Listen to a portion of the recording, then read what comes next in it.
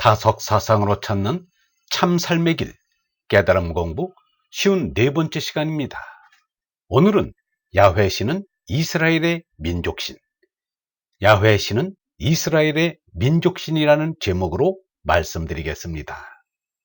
예수님과 사마리아 여인이 야곱의 우물가에서 예수를 만난 일은 비록 동문서답의 선문답으로 그쳤지만 그 값어치는 헤아릴 수 없습니다. 사마리아 여인이 예수에게 말했습니다. 우리 조상은 저 산에서 하느님께 예배드렸는데 선생님네들은 예배드릴 곳이 예루살렘에 있다고 합니다. 사마리아인들은 혼혈이라는 이유로 예루살렘 성전에 들어가지 못하게 되자 그리짐산에 제단을 만들어 제사를 지내고 있었습니다. 그래서 사마리아 여인이 제사 지내는 장소에 대해서 말한 것입니다. 예수의 입에서 인류 역사가 비롯되고서 처음 듣는 말이 쏟아져 나왔습니다. 내 말을 들어라. 사람들이 아버지께 예배드릴 때 이 산이다 또는 예루살렘이다 하고 굳이 장소를 가리지 않아도 될 때가 올 것이다. 너희는 무엇인지도 모르고 예배하지만 우리는 우리가 예배드리는 분을 잘 알고 있다. 구원은 유다인에게서 오기 때문이다. 그러나 참인 얼로 예배드릴 때가 올 터인데 바로 지금이 그때이다. 아버지께서는 이렇게 예배하는 사람들을 찾고 계신다. 예수는 여기서 매우 중요한 진리의 말씀을 하고 있습니다. 오랫동안 이어오던 물질적인 제사를 완전히 부정한 것입니다. 제물을 바치고 제사를 올려 신의 노염을 풀고 기쁨을 사서 재앙 대신 복을 받는다는 기복신앙을 물리친 것입니다. 이것은 종교의 혁명이었습니다. 마음속에서 어리 성령이 샘물처럼 솟아나오는 것이 참된 예배라는 것입니다. 제물이 아닌 얼로 성령으로 예배를 올리는 것입니다. 얼로 예배를 올리는 것은 장소나 시간이 필요 없습니다. 언제 어디서나 하느님의 얼을 받고 얼의 말씀을 사려는 것이 참다운 기도요 예배인 것입니다. 짐승의 피 비린내를 즐기는 하느님은 없습니다. 그것은 얼을 깨닫지 못한 이들의 옹졸한 생각이 지어낸 것일 뿐입니다.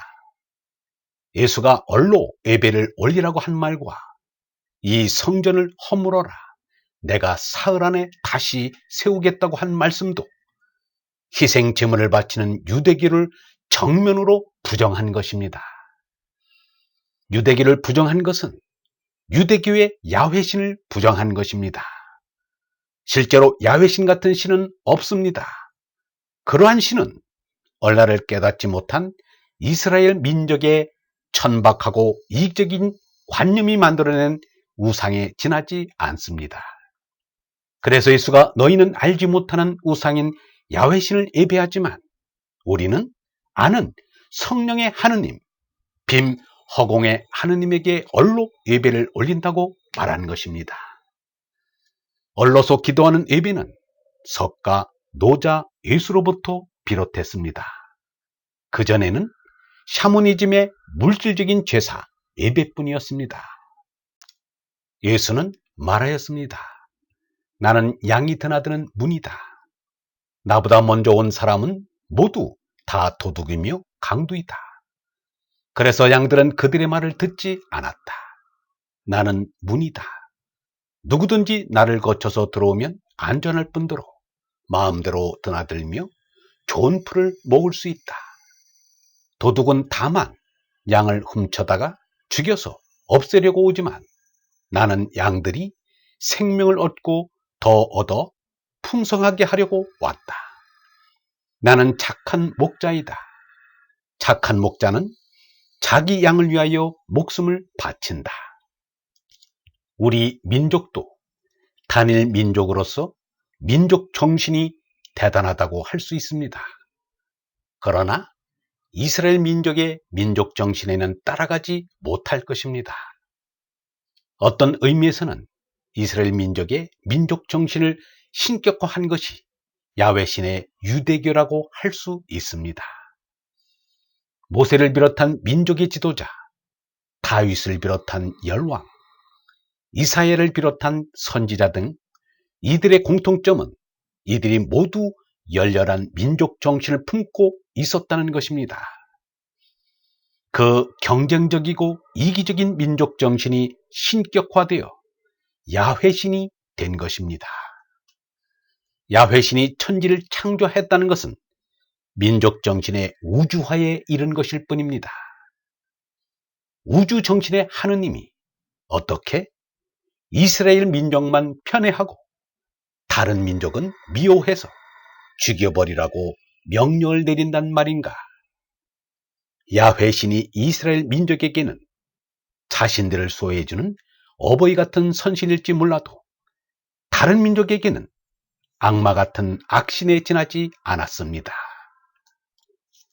진리와 정의의 얼번 여러분, 가족과 결여와 나라를 넘어서고 이념과 사상과 종교를 넘어서야 우주정신입니다.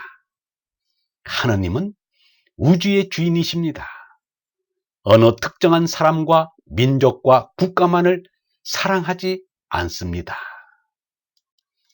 영성신학원 다석아카데미의 하늘소리였습니다.